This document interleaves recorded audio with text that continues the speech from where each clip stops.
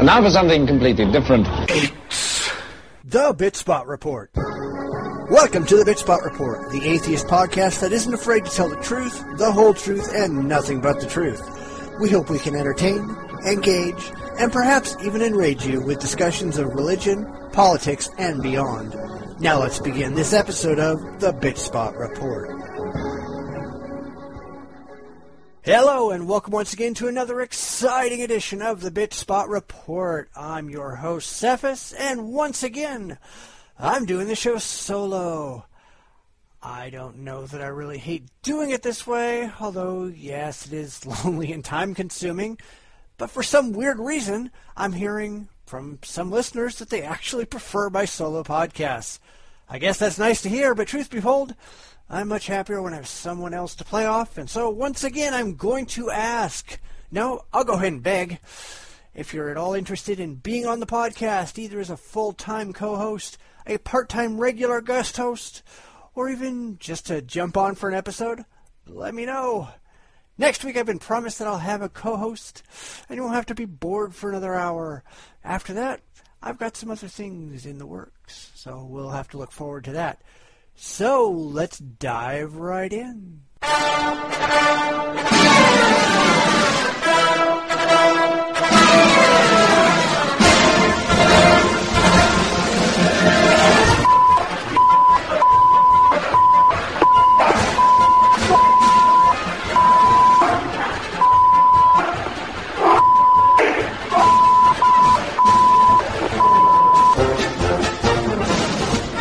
This week, I've got two things that are totally unrelated that have really pissed me off. The first one is one that comes up a lot from a lot of Christians, and that's the whole playing the Hitler card. It gets played all over the place by clueless and dishonest theists who are desperate to get Hitler the hell out of their camp. They will claim that Hitler was an atheist, but when you provide the clear and concise quotes from Hitler where he specifically identifies as a Christian, and even more specifically as a Catholic, inevitably they'll come back and try to claim that you can't trust anything that Hitler said anyway, so therefore he must be an atheist. It just pisses me off, and it happens all the damn time. Of course, they'll try to blame Stalin on us, and while I have no problem whatsoever acknowledging that Stalin was indeed an atheist, he didn't kill anybody out of his atheism, but out of his quest for a communist state. It's really a no-win situation that atheists are faced with. Christians refuse to listen to what any of these people have to say. Hitler said he was a Christian, and he specifically said that he was murdering the Jews because he believed God told him to. We have it in his own words. Stalin, on the other hand, gave his reasons for the mass murders, and nowhere in any of his extensive writings do we have a single claim anywhere that he was doing it because he didn't believe in God. Theists just don't care much about the truth. They just care about how they can spin things to make themselves look good. What a bunch of assholes. The second thing that pisses me off are charities. Now, don't get me wrong. I don't dislike charities in general, just the morons who call you endlessly and outright lie to your face in order to get a donation. There is this cancer charity, or some company working for one, that keeps calling for my wife because she's the name listed in the phone book. Back when we opened the account, when we moved into our current house almost 14 years ago, she was the one who put it in. Therefore, it went under her name. They'll call and ask for her, and when I say she's not here, they'll say, well, she's given to them before and they want another donation. That's an out-and-out lie. She's never given a damn penny to them. I started off telling them we're not going to donate, so please stop calling. Take us off your list. Never call again, etc. But they just keep doing it. Yes, we are on the national no-call list. I know it doesn't apply to these morons, but they're supposed to stop calling when you request that they stop calling. They just won't. For the past 6 months or so, at least every other day, they call up with the same script. I ask what company they're calling from so I can file a complaint, and they just hang up. Now I've taken a venig at these assholes, and suddenly they just don't like it. So some bitch calls Monday morning and asks for my wife. I tell her I've already asked to be taken off their list. Why haven't they done it? She says, well, no, there's a lot of charities that call. Maybe I told someone else. Nope. Same damn script. It's you people. I think it was even this individual person. So I tell her to stop fucking calling us. And she has the gall to tell me not to cuss at her. Fuck you. You don't want me to cuss at you? Stop calling me. The first words out of my mouth for these people in the future is going to be, fuck you up the ass, I hope you get cancer and die. You think they'd get the idea? How in the world is calling the same people who've already told you to go to hell over and over and over going to get any different results? Now, I wouldn't mind if they called once in a while and take you off their list, but they call over and over and over and over, and no matter what you say. If and when I give to charity, it's not going to be because some stupid bitch calls me on the phone begging for money. Maybe I ought to get a damn air horn. In fact, wait a minute. There is something else that's pissing me off, too. It has nothing whatsoever to do with atheism, but, hey, this is my time to complain. I'm going to do it. Now, this might not be true where you live, but over the past couple of months here, they've been moving these giant street signs around to all the schools. The ones that, monitor how fast you're driving and flash lights at you if you're driving too fast. They're all set at 25 miles an hour with big signs that say school zone. And if you go more than a mile or two faster, it's got big flashing red and blue lights. The problem is, they have these stupid things running 24/7. And on the trailer itself, it says, and I quote, school zone, 25 miles an hour, when children are present. I'm sorry, but children are not present at 2 in the fucking morning. In fact, children are really only present maybe an hour a day. A half hour in the morning, half hour in the afternoon. Outside of those specific windows, the speed limit is not 25, it's closer to 45. Yet here you have this stupid machine on the side of the road flashing its lights at you when you're doing absolutely nothing wrong. Has the city never heard of timers? Seriously, these things run on weekends when there is no goddamn school. They had one sitting in front of a school, turned on, all the way through spring break. Is this a good use of tax money, especially considering we got to pay for either the gasoline to power the generator or the electricity to run the sign, even when it's not applicable? I have no problem being dinged with something that I'm actually doing wrong, but to be warned about something when you're not even doing anything wrong? Screw you! And that's the end of the things that are really grating on me this week. And now the news. Florida woman finds sign from God on a goldfish cracker. This story comes from Yahoo News. A woman in Florida, Patty Burke, says she found a goldfish cracker with a cross on its side and something she claims is a crown on its head. I believe it's a sign from God. He is still in our life every day, and he wants to show that to his people. Because sure, putting a defect on a cracker will do that for you. According to Burke, when I picked this one up, I knew it was something special, something I'd never seen before out of all the goldfish I've eaten. Granted, she eats a ton of these stupid crackers. She estimates between 2 to 3 pounds of them a week, each of which she examines closely. She said that, not me. Seriously, how many people out in the audience look at every single cracker or cookie you eat? Sounds like we've already got a crazy person here.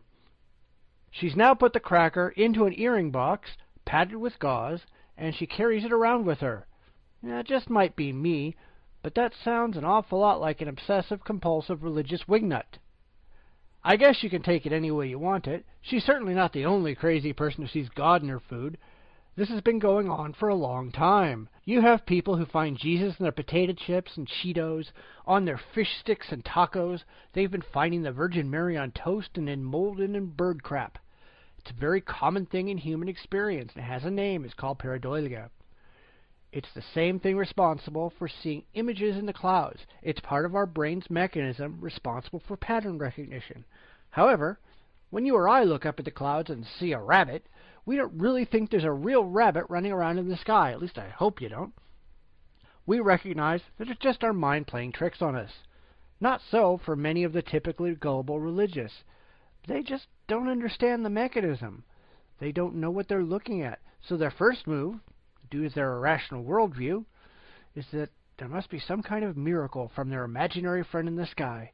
I think it's interesting that even this woman's pastor realizes it's just a fluke in the cracker-making process.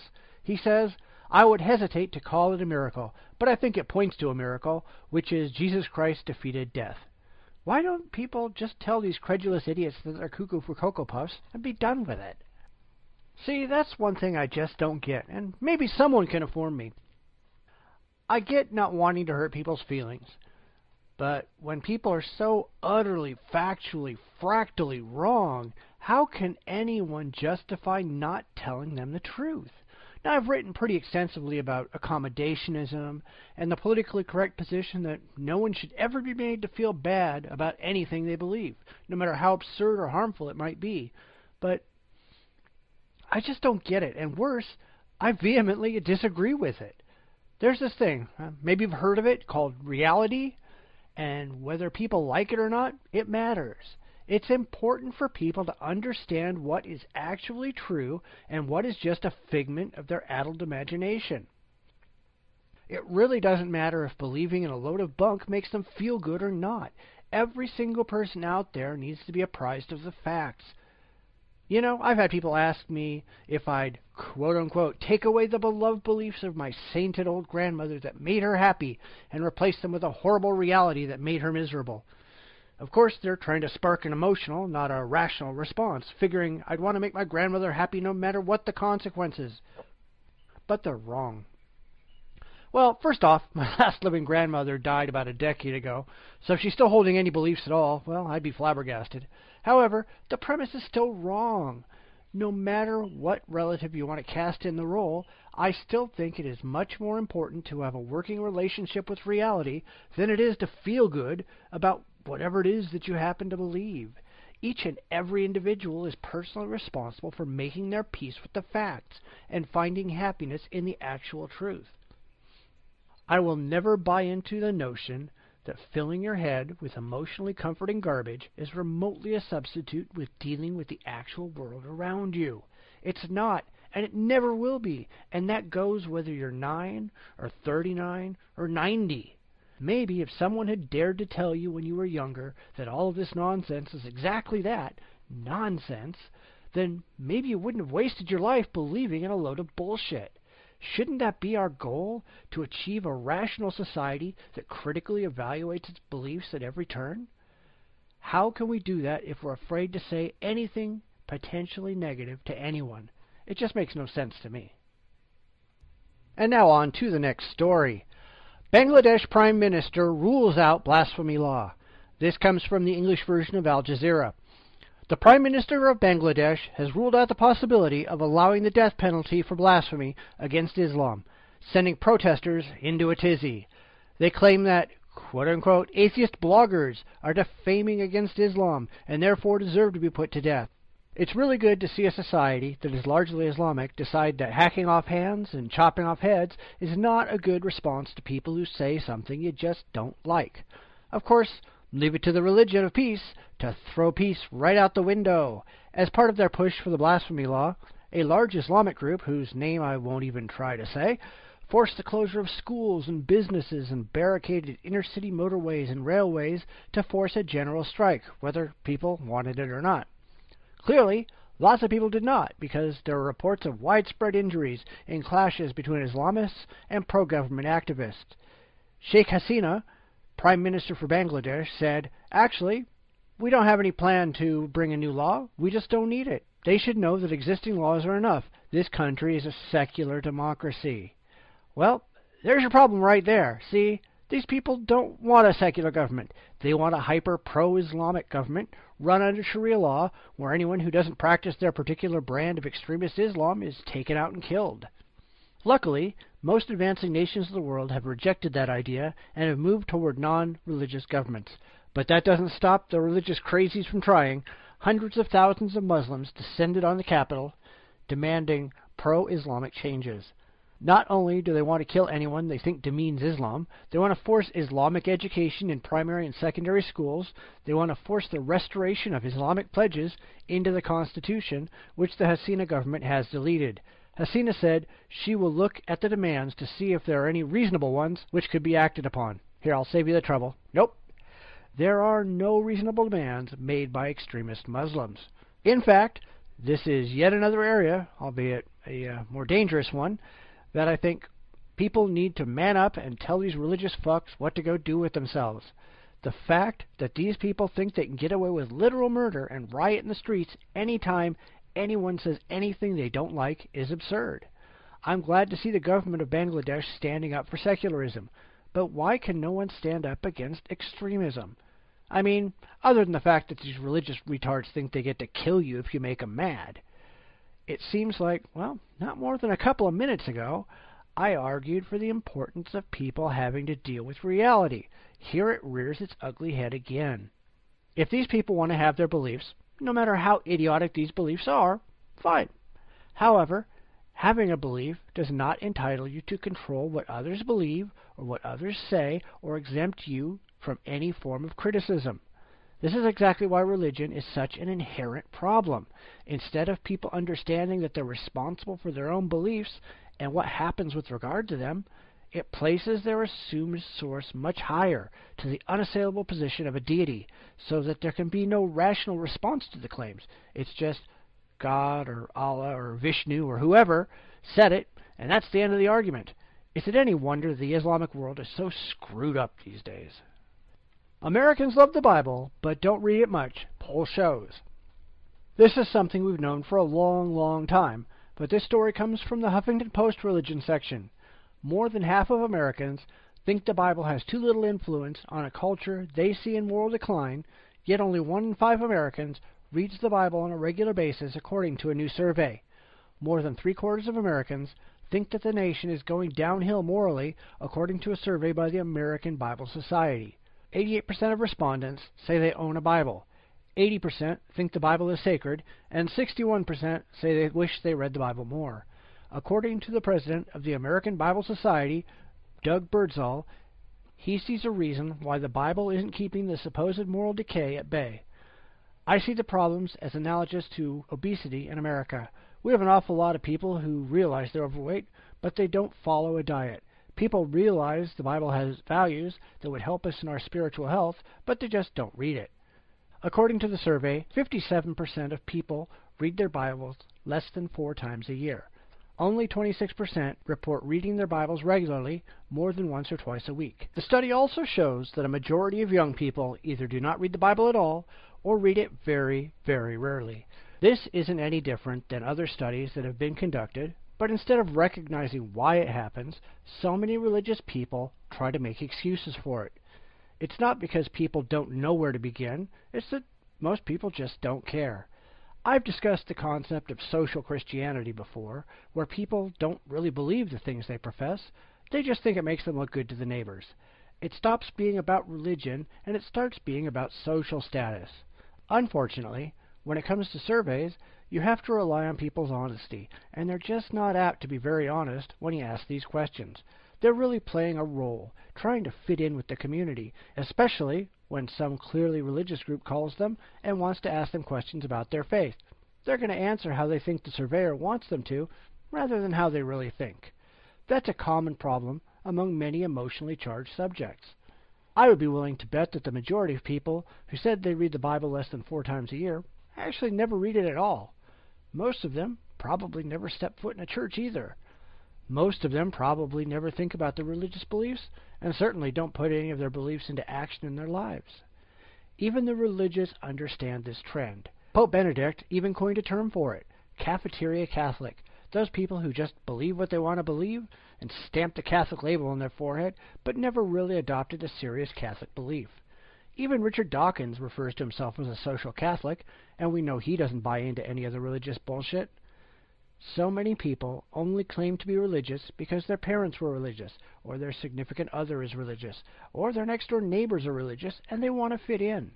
I think this is something we're going to see more and more as time goes on, that people who are just wearing the label on their sleeve, and they don't really believe any of it, well, maybe we ought to teach them that as atheism becomes more and more socially acceptable, maybe they ought to just drop the pretense and stop pretending to be religious. I honestly think this is going to be the next huge wave of nons we see coming out of American society. The people who wore the label and who have realized that the label just doesn't mean anything anymore. This is Ken, who says, why do amazing miracles, like people being raised from the dead, blind eyes opened, lame people walking, happen with great frequency in places like Africa and not here in the United States? What can we do to encourage those things to happen here? Is America too far gone for miracles like this? Those people overseas didn't go to Ivy League schools. No, Not quite that simple. But. Well, we're so sophisticated. We think we've got everything figured out. We know about evolution. We know about Darwin. We know about all these things that says God isn't real. We know about all this stuff. And if we've been in many schools, the more advanced schools, we have been inundated with skepticism and secularism. And overseas, they're simple, humble. You tell them God loves them, and they say, okay, he loves me. You say God will do miracles, and they say, okay, we believe him. And that's what God's looking for. That's why they have miracles. Yeah. And finally, according to Pat Robertson, God gives fewer miracles to too educated Americans who learn science. This comes from the Raw Story. Pat Robertson has explained that the reason Americans don't see many miracles today is because they're too sophisticated and educated and are taught things that say God isn't real, like evolution. Yes, the real problem is that Americans are too smart to fall for the stupid crap that Pat Robertson believes. Robertson speaks the truth, and he doesn't even know it. In responding to a caller on the 700 Club about why people in Africa regularly claim to receive miracles, but people in the first world do not, Robertson said, "People overseas didn't go to Ivy League schools. We're so sophisticated. We think we've got everything figured out. We know about evolution. We know about Darwin. We know about all these things that say God isn't real." Okay, that's true. So what?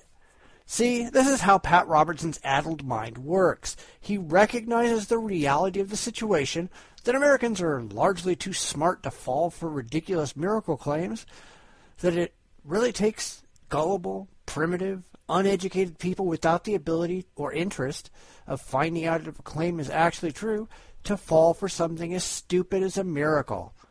And then he acts like it's a problem. No, Pat. The problem is that you and your band of ignorant savages still believe in this stupid crap.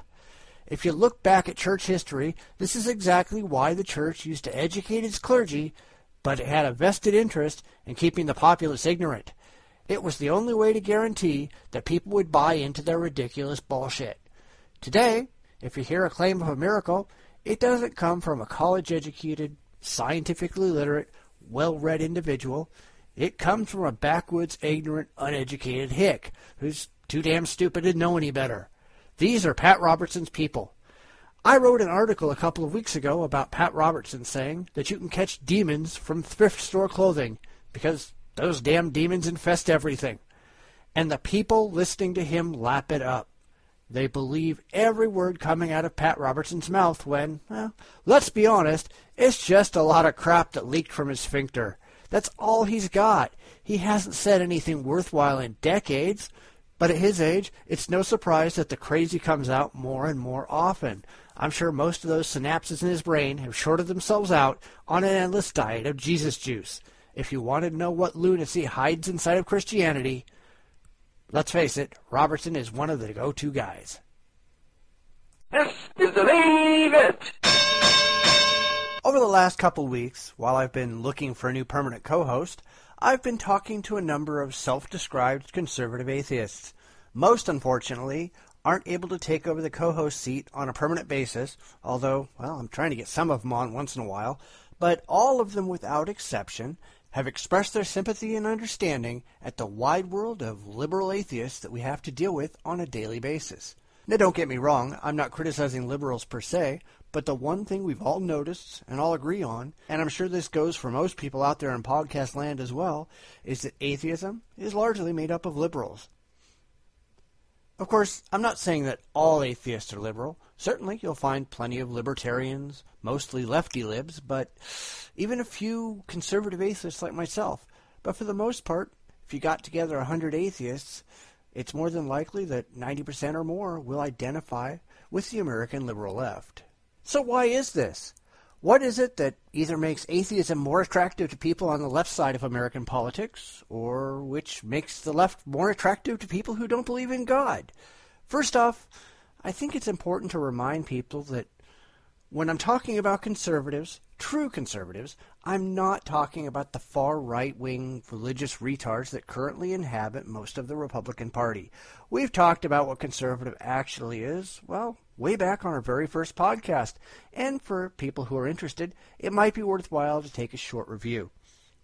Classic conservatism, which, let's be honest, really doesn't exist in modern American politics, values personal and fiscal responsibility, small government, and keeping the government the hell out of the lives of the people when it's not absolutely necessary. That means, among other things, that the government isn't going to be sending you a check just because you get out of bed in the morning, nor should it. Of course, this fact, when measured against the absurd liberalization of America that we've undergone for the past 30 or 40 years, means that staunch conservatives aren't going to get voted into office very often. The people who have come to count on a free lunch courtesy of Uncle Sam are not going to be open to voting for somebody who tells them they need to get off their fat, lazy asses and go out and earn it for themselves. We've gone from a nation of people concerned about the country to a nation of people concerned only about themselves.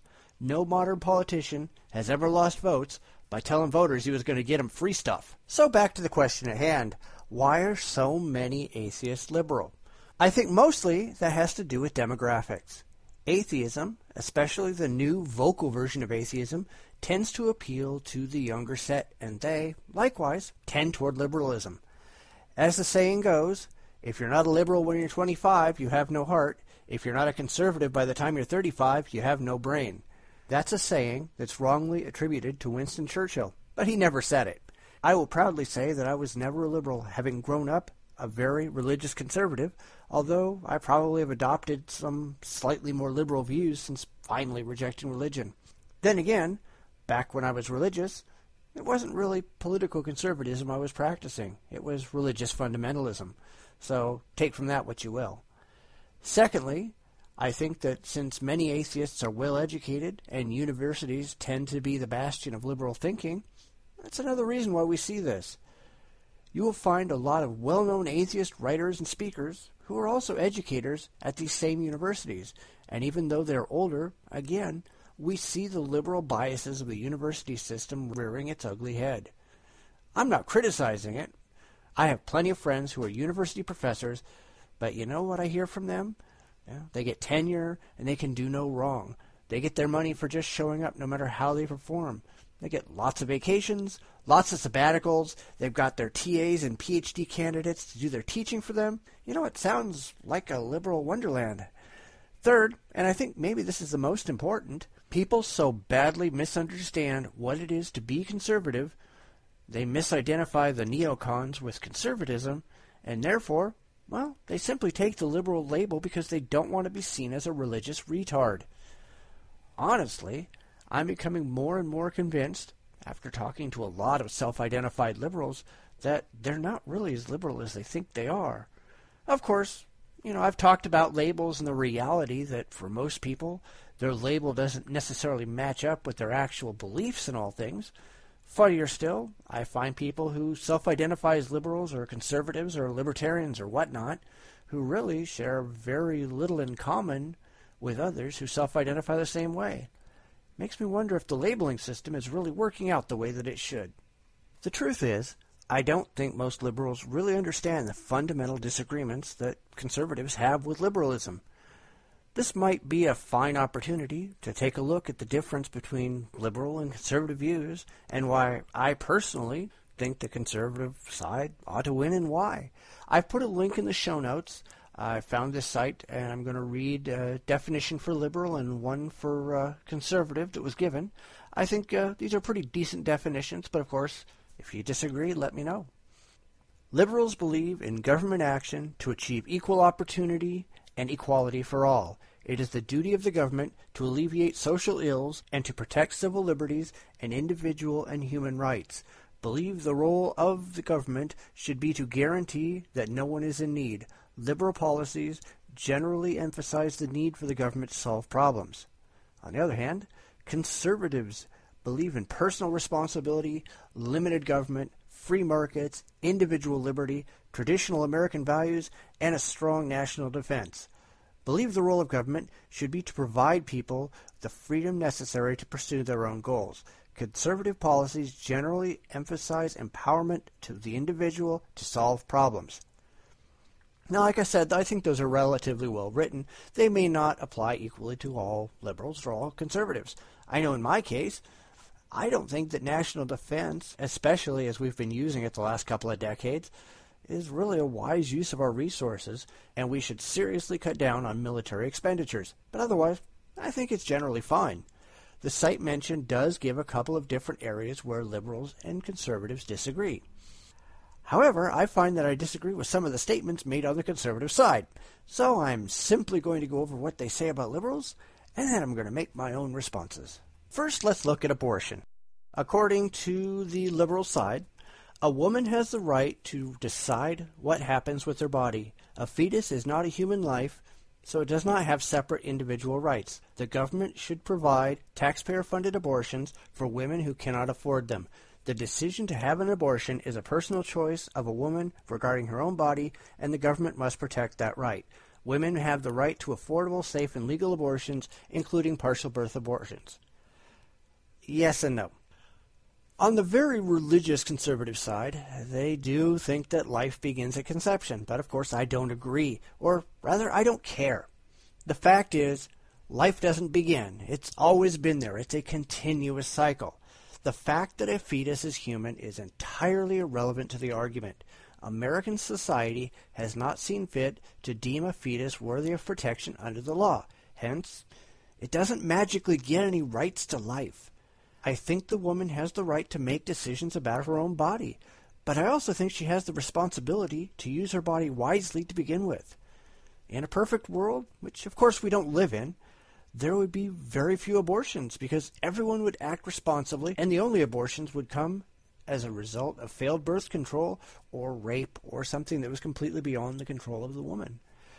I'd love to think that if you got pregnant or caused someone else to become pregnant, you'd step up and take responsibility for your actions, but unfortunately, in our current world, that's just not realistic.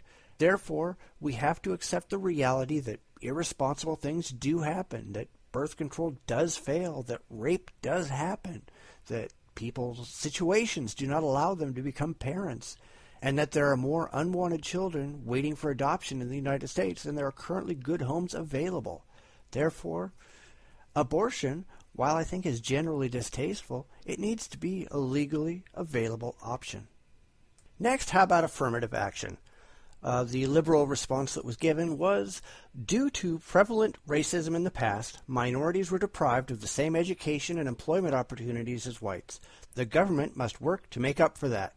America is still a racist society, therefore, federal affirmative action law is necessary. Due to unequal opportunity, minorities still lag behind whites in all statistical measures of success. Now, I'm totally against affirmative action. You cannot stop racism by being racist, and virtually all affirmative action is, by definition, racist. I mean, take the recent case of there's a public swimming pool in Arizona that was looking specifically to hire Hispanic lifeguards because they are, quote-unquote, more like the people who are swimming. They wanted Hispanics to such a degree that they were even looking for people who are not strong swimmers. I'm sorry, but if I'm drowning, I don't care if it's some black guy speaking Chinese who rescues me. It's not the color of his skin, and it's not the language that he speaks. It's the fact that they have the skill to save my life. Anything else ought to be irrelevant. There certainly has been racism in the past, but there simply is no institutional racism in the United States today. Well, that is unless you're a minority. Then you can be as racist as you want, and according to liberal dictates, you can never be called out on it. The fact is, in places where minorities lag behind whites, it's not the fault of the whites, but it's often the fault of the minorities who've been given equal opportunity but have shunned it, especially in poor communities. If you don't go to school and get an education, if you don't make wise choices, if you join gangs and do drugs and end up in prison, how can you expect to have equal opportunity to people who have not done that? What we need, and largely what we have, is equal opportunity. It's not perfect, but we can always fight to make it better. What many liberals want is equal outcome. That ought to be the choice of those people involved. It's not the job of the government. The death penalty. On the death penalty, they say, the death penalty should be abolished. It is inhumane and is cruel and unusual punishment. Imprisonment is the appropriate punishment for murder. Every execution risks killing an innocent person. All right, I'll be honest, I'm a staunch supporter of the death penalty. I don't think we use it nearly enough, and in virtually every case, I think it takes so absurdly long to execute a criminal that it loses all impact. Yes, it is certainly possible that we might execute an innocent person, and if that happens, it's a sad thing. It's something we need to learn from so it doesn't happen again in the future. That said, it's just as possible, perhaps even more possible, that we imprison an innocent person. And I don't care how much money we throw at somebody once we discover that error, if it is ever discovered, it simply doesn't compensate them for the years of their life that they've wasted behind bars. Yet I don't hear any liberals whining that we should abolish the prisons, and I suspect that's because, well, they don't think about it very deeply. It's just an emotional argument. It's not something they've come to rationally. The other complaint is that it's not cost-effective to put people to death. Well, under the current system, I do agree. But that's only because of the absurd legal wranglings that convicted murderers are allowed to go through, filing appeal after appeal after appeal after appeal at taxpayer expense, when they've already been found guilty at least twice, once in the initial trial and once in the mandatory appeal. I feel that once you've gone through those two trials, you should have the burden of proof to demonstrate yourself factually innocent of the crime. You can't just file appeal after appeal because you don't want to die. You have to have evidence that proves that you're actually innocent.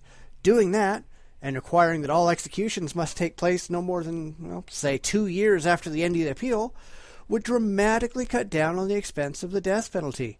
Does that guarantee that we'll never execute an innocent person? Of course not. But we're human. Humans are a fallible species, and expecting us to ever be perfect is expecting the absurd. The death penalty should never be an exception to that rule. The economy. According to the site, a market system in which government regulates the economy is best. Government must protect citizens from the greed of big business. Unlike the private sector, the government is motivated by public interest. Government regulation in all areas of the economy is needed to level the playing field. All right, seriously? Government must protect citizens from the greed of big business. Well, what about the greed of the government? I mean, after all, big business cannot forcibly extract money from the consumer, but government does this all the time in the form of higher taxation. Clearly, the government is not motivated by public interest, it's motivated by political ideology. I find the entire statement to be entirely laughable. I think a relative free market works better with some form of regulation to keep big business greed in check. Yes, I do agree that business, any business, can be greedy, and that left unchecked, big business can and most likely will take greed to an extreme. That's why we have, say, anti-monopoly laws in place. That's why we try to guarantee equal opportunities, etc. That's a good thing. However, especially when it comes to a lot of liberal pet causes, the government, in liberal control, doesn't want to leave things alone. They want to fund projects that advance their ideology, even if they never produce any demonstrable results. That doesn't seem to be a good use for tax money to me. It's also an unfortunate fact that there are more people today on the government dole than at almost any other time in the past, and the government is simply incapable of generating productive jobs. Virtually none of the jobs created by the government produce any demonstrable revenue. They don't make any products. They don't sell useful services to an open market. They just pay people using money generated by forcible taxation. It's not a sustainable system, which seems to describe a lot of things that the liberals do. On the other hand, relying on American ingenuity and innovation and rewarding same is a system that has worked in the past and should work today. We need to get back to a system where we are a producing economy, not just a consuming economy. That's what made America great. The problem is we've sent all the jobs overseas. We buy everything from overseas because it's cheap, and now we don't actually make anything. Well, it's no wonder our economy's in the fucking sewer. Global warming and climate change. According to the site, global warming is caused by an increased production of carbon dioxide through the burning of fossil fuels, coal, oil, and natural gas. The U.S. is a major contributor to global warming because it produces 25% of the world's carbon dioxide. Proposed laws to reduce carbon emissions in the U.S. are urgently needed and should be enacted immediately to save the planet. Many reputable scientists support this theory. I always find this utterly laughable. There's just no evidence that global warming is man-made. Oh, I'm sure we contribute to it in some small way, but natural processes are a much more likely source. At any time, there's an average of 20 volcanoes erupting on the surface of the planet, and each of them pump out much, much, much more carbon dioxide than any nation on the planet possibly can. Whether these environuts like it or not, the planet goes through natural heating and cooling cycles. These are tied to the output of the sun and to increased volcanic cycles. We have very, very little impact on the planet's temperature. If we stopped all CO2 output planet-wide right this second, nothing would change. However, this doesn't fit in with the typical liberal mindset that everything bad that happens, somebody's got to be to blame. Everything that happens, it's our fault. This is a theme that runs through so much liberal ideology that things don't just happen, we have to hold someone accountable. Even the United Nations, liberal bastion that it is, recognizes that global warming isn't caused by man, but by nature. The fact is, this planet doesn't need to be saved, because this planet isn't in any danger. And I will leave it to a well-known atheist to explain exactly why. And the greatest arrogance of all, save the planet.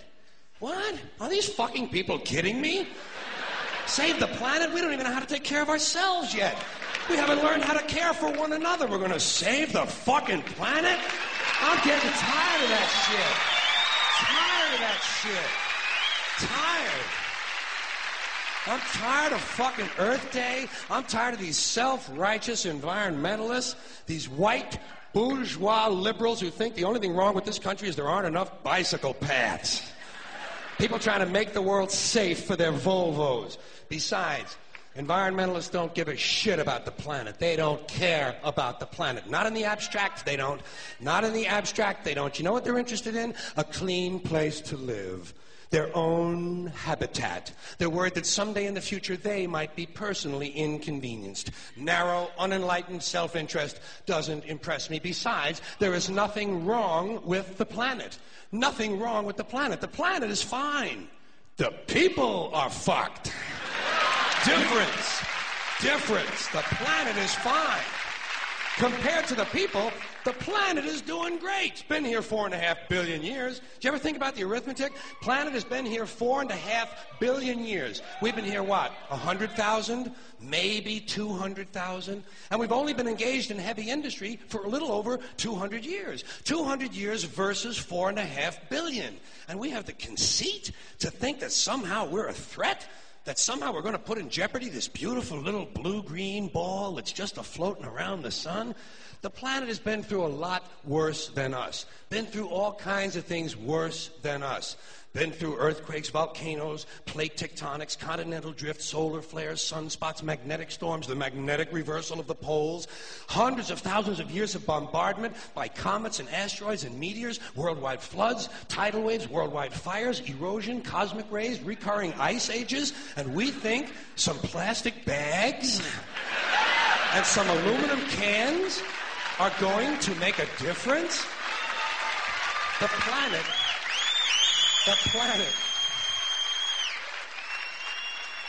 planet isn't going anywhere. Next, we move on to gun control. The Second Amendment does not give citizens the right to keep and bear arms, but only allows for the state to keep a militia. Individuals do not need guns for protection. It is the role of local and federal government to protect the people through law enforcement agencies and the military. Additional gun control laws are necessary to stop gun violence and limit the ability of criminals to obtain guns. More guns mean more violence. Yeah, right. Even though I agree that the courts have very much misread the Second Amendment, I fear there's really nothing we can do about it today. America has a gun culture, and it's never going to go away. So liberals, give up on the idea of ever taking away all the guns. It's an irrational fantasy. Now, I don't have a problem with, universal registration, although, again, I don't see how it would be done based on the number of unregistered guns already out there in the wild. That said, though, violence isn't caused by the existence of guns. guns are just tools, and without the hands of madmen to pull the trigger, they're perfectly harmless. The problem is people don't want to deal with the crazies, which are the real problem. They only want to deal with the symptoms of the craziness, which is picking up a gun and going on a rampage. As I've talked about before, I really kind of blame the liberals for their program of drug the crap out of kids in schools, which is largely responsible for creating the crazies in the first place. More guns don't mean more violence. We have more guns than ever in America today, and no matter what you hear on the news, violence across the board, in fact, crime across the board, is at a record low. It's not the guns, guys. It's the crazy people who are pulling the trigger. And now on to health care. Support free or low-cost government-controlled health care. There are millions of Americans who can't afford health care and are deprived of this basic right. Every American has a right to affordable health care. The government should provide equal health care benefits for all, regardless of their ability to pay. All right. I'm not even going to talk about that last part for the moment. I will be the first person to agree that the healthcare system in America is seriously fucked up. But instead of throwing the whole system out the window, how about we just fix it instead? See, back when I was a kid, there was no such thing as insurance for most people. If you got sick, you went to the doctor. You paid about $100, as I remember, and you got to see your doctor usually on the same day. Today, an office visit costs a ton of money. I mean, even if you only personally pay maybe $30 as a copay, and you're lucky if you get to see your doctor this month. Why is this? Because healthcare has changed and not for the better. I've got a friend who's a doctor, and he has to carry a massive malpractice insurance policy, even though he's never done anything wrong. We live in an absurdly litigious society where people are encouraged to sue at the drop of a hat. You ever watch late night TV and see all the lawyer commercials telling you that somebody owes you money? That's one reason why things are so out of control. The second reason is that much of the American health system has been taken over by huge corporations, and they're in cahoots with the insurance companies.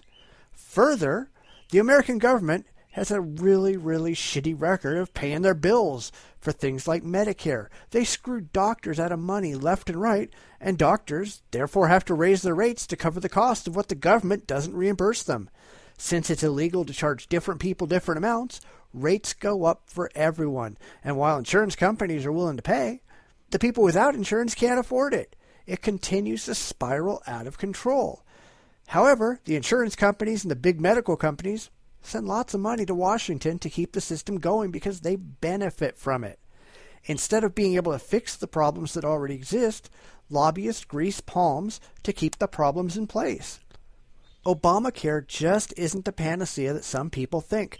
Doctors are already bracing themselves for the undeniable fact that the government's payments aren't going to get any better. Expect to see lots of doctors going bankrupt because they can't stay in business on the government's IOUs. It's just going to get worse, people, and it's because the government is unable and unwilling to actually fix the damn problems. Immigration. All right, according to the site, it says, support legal immigration, support amnesty for those who enter the U.S. illegally, quote-unquote, undocumented immigrants. Bullshit. Also believe that undocumented immigrants have a fair right to all educational and health benefits that citizens receive, regardless of legal status, and the same rights as American citizens. It's unfair to arrest millions of undocumented immigrants. I call complete and total bullshit on almost all of it. Yes, I do support legal immigration. We do have a process for becoming a legal immigrant in this country, and while I think it needs to be streamlined, essentially, it's not for the good of the immigrant. It is and should be for the good of the nation. I don't see where it's our responsibility to take in the dregs of the planet because they want to be here. Like it or not, there is no universal right to be an American, or any other nationality for that matter, just because you wish you were. That takes us to illegal immigration. Yes, it is illegal immigration. These people are not undocumented workers or whatever the fuck you want to call them. They are criminals. They are people who ignore our most basic laws. Personally, if you care so little for the laws of the United States, I don't want you as a citizen. The above is absurdly ridiculous. It's unfair to arrest illegal immigrants? Bullshit! That's like saying it's unfair to arrest murderers. If you don't want to be arrested, don't break the law. I also don't think that there should be any amnesty for illegals. We don't decide that, well, there's been so many unsolved murders that every 10 years or so we ought to just give amnesty to anybody who's managed to get away with it. It's stupid to do that for any crime, especially a crime that's ongoing like illegal immigration. I mean, murder, you do it once, it's over. Illegal immigration, you do it every damn day of your life. I think we need to boot these assholes back across the border and require that they can't even put their names on the list to come back until they haven't been caught illegally in the U.S. again for at least 5 years. Screw these people. Religion and government. Support the separation of church and state. The Bill of Rights implies a separation of church and state. Religious expression has no place in government. The two should be completely separate. Government should not support religious expression in any way. All reference to God in public and government spaces should be removed. For example, the Ten Commandments should not be displayed in federal buildings. Religious expression has no place in government. Well, hey, they liked that last line so much, they used it twice. I do agree. Religion has no business whatsoever in government, and government has no business whatsoever catering to religion. I personally think we should tax the shit out of churches. It isn't like a lot of them aren't giving money to political causes and encouraging people to vote a certain way from the pulpit. We need to yank their tax-exempt status, effective immediately. Just a couple more now. Same-sex marriage. Marriage is the union of people who love each other. It should be legal for gay, lesbian, bisexual, and transgendered individuals to ensure equal rights for all. Support same-sex marriage. Opposed to the creation of a constitutional amendment establishing marriage as a union of one man and one woman. All individuals, regardless of their sexual orientation, have the right to marry. Prohibiting same-sex citizens from marrying denies them their civil rights. All right, I'm completely in favor of same-sex marriage. I figure that our nation was founded on the idea that all men were, quote-unquote, created equal. We have no business being discriminatory on the basis of sex, race, creed, religion, or sexual orientation. Anything a straight man or woman can do, a gay man or woman ought to be able to do too. I just don't want to call it a civil right because I think that's being used mostly as a code word of sorts among many liberals. I think every American, man and woman, gay and straight, black and white, Christian and atheist, they all need to be held to the same standards. Unfortunately, in the mindset of many liberals, that's just not how it works. If a white person cannot make racist statements, then a black person shouldn't be able to. If a man cannot be sexist toward women, then women shouldn't be able to be sexist toward men. If an atheist isn't allowed to criticize a Muslim, then a Muslim shouldn't be able to criticize an atheist. There should be no difference in the expectations that we have among different groups. Christians get no better rights than Jews. Women and men are treated identically in the courts and in the boardrooms. There is no hiring preference between a black man and a Hispanic woman. I really wish that liberals, even though they talk the talk, they just don't walk the walk, as has become painfully clear in the recent Atheism Plus debacle where radical feminists want extra rights just for being female. What a bunch of assholes. Taxes. Higher taxes, and of course they're talking about higher taxes on the wealthy, and a larger government are necessary to address inequity and injustice in society. Government should help the poor and needy using tax dollars from the rich. Support a large government to provide for the needs of the people and create equality. Taxes enable the government to create jobs and provide welfare programs for those in need. Government programs are a caring way to provide for the poor and the needy in society. This is complete and total horse crap. You know, maybe if we encourage the poor and needy to get off their asses and take responsibility for their lives from an early age, we wouldn't have nearly so many poor and needy. The reason we have them now is because we keep patting them on the head and pretending that they can't do anything for themselves, so we have to take care of them. That's just not the case for the overwhelming majority. I think taxes should be very, very low. There really isn't much the government has to do based on the Constitution. However, and I think this is getting painfully obvious, both the Democrats and Republicans, both of whom are really fiscal liberals, are just trying to buy votes by passing out checks to the American people. And unfortunately, most people are only too happy to take the money in exchange for their vote. Take food stamps, for example, which is at an all-time high. Personally, I'd be damned embarrassed to have to put my hand out. I'd reject getting food stamps at all costs, mostly because I have this little thing called dignity. Lots of people get food stamps, and the government encourages people to get on the program even if they don't need it because it's free money. I think these people are parasites. If the government would limit itself to just what it's supposed to do constitutionally, we wouldn't need all these damn taxes, would we? And finally, welfare. Support welfare, including long-term welfare. Welfare is a safety net which provides for the needs of the poor. Welfare is necessary to bring fairness to American economic life. It is a device for protecting the poor. This goes back to what I just said. If we required the poor to care for themselves, at least the ones who are physically and mentally capable of doing so, we wouldn't have to worry so much about welfare. Welfare, as far as I'm concerned, ought to be extremely limited in scope. No one should be able to be on welfare for more than, say 5 years, period. During the time that they are, they should be required to have random drug tests, they should be required to attend school or job training programs, and they should be prohibited for having any more children whatsoever. It ought to be a training program for personal and financial responsibility, so that when your time's up, you're able to get off your fat, lazy ass, go get a job and support yourself. Life isn't fair. People need to get that through their thick skulls. Wow, that went on for a long time, didn't it? I guess that's what happens when we do solo podcasts. I have to have something to talk about. Anyhow, now we move on to a new segment I'm calling Atheism 101. A couple of weeks ago, Hausdorff suggested a new segment to me, and while this isn't it, it's based on the same idea. I think next week we'll introduce the new segment, and hey, I might even have an intro for it, but this week we get to go bumperless. Essentially, what I want to do is address some of the misconceptions that people, especially theists, but it can apply to anyone, have about atheism. This is an educational segment that I hope might spark some discussion. This week, I want to start with the basics. Just what is this atheism thing, and conversely, what is it not? This is something that confuses a lot of people, and I ran into it once again on last week's episode of The Atheist Experience, where someone called in and simply could not understand what atheism actually was. They went around and around and around with him, and every time they explained it, he went back to the same wrong-headed position that he started with. I'm sure that's something that all of us who debate theists run across constantly, and why I think it's important for us to have a firm understanding of what the terminology means.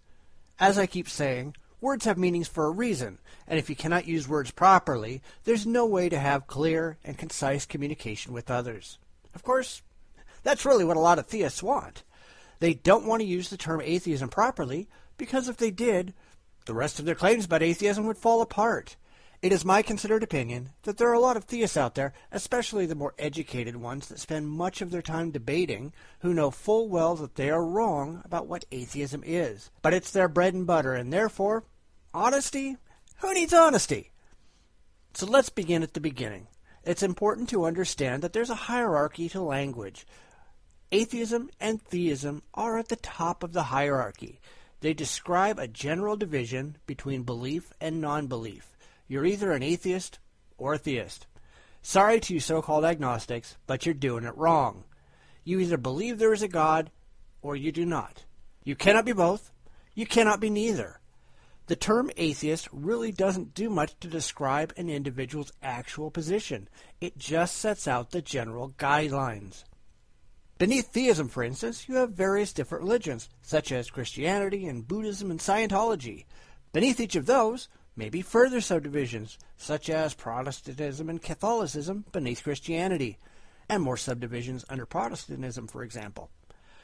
Under atheism, there are different camps too, but unfortunately, we just don't have any consistent names for them. There are, for example, hard and soft atheism, for people who hold actual beliefs that there are no gods, and for those who reject claims of gods based on a lack of evidence. You also find things like apatheists, who just don't bother thinking about gods, or agnostics, who think the whole idea is silly because there's no rational definition of gods to consider. That brings us to agnosticism and Gnosticism. Like it or not, it's not a midpoint between atheism and theism. It concerns something entirely different. Atheism and theism deal with belief. Agnosticism and Gnosticism deal with knowledge and the ability to know something. These are two very different things. There is, unfortunately, some confusion in the definitions involved, so it's important to understand how people are using the word. If you're using Gnostic to mean you actually have knowledge of a thing, and agnostic to mean you do not have knowledge of the thing, then, well, in the realm of religion, pretty much everyone has to be agnostic because no one can actually demonstrate that they have any actual knowledge of the factual existence of any gods.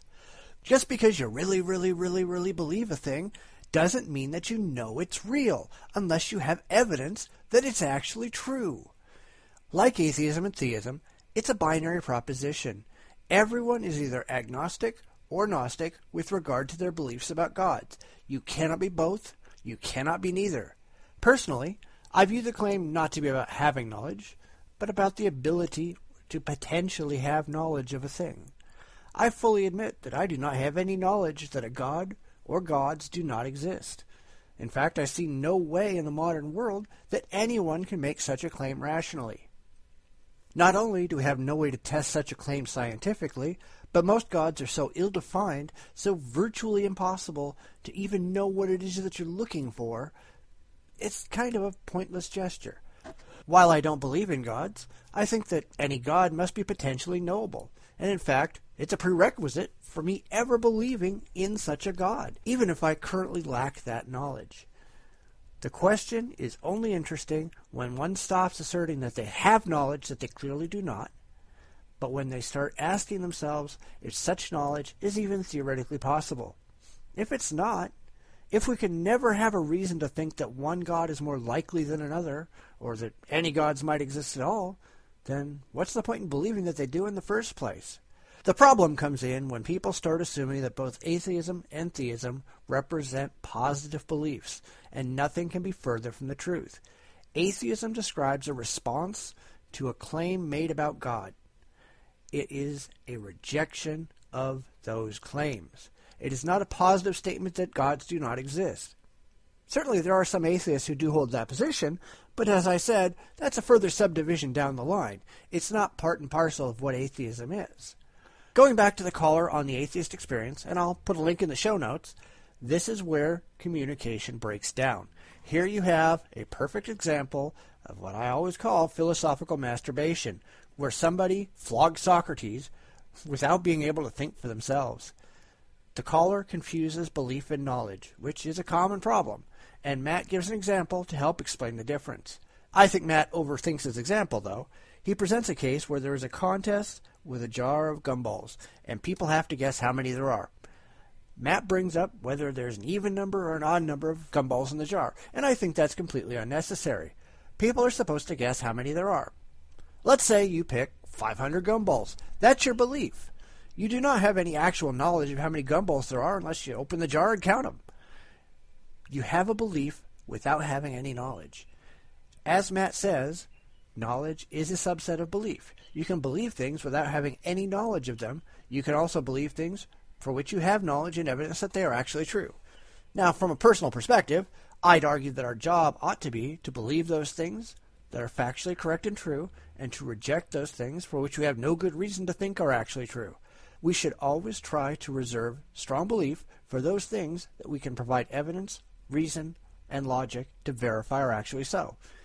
If we look at that jar, which we could reasonably think would hold 500 gumballs, yet we believe it holds only 5, or we believe it holds 5 million, then we do not hold a credible or rational belief. But wait, many theists will say, look at what it says in the dictionary. It says that atheism is a belief that no gods exist. Therefore, everything I've said must be wrong.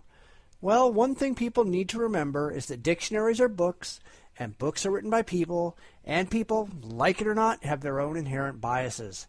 When you're talking about one of the least trusted minorities out there, it's hardly surprising that those biases against atheists would creep into dictionary definitions.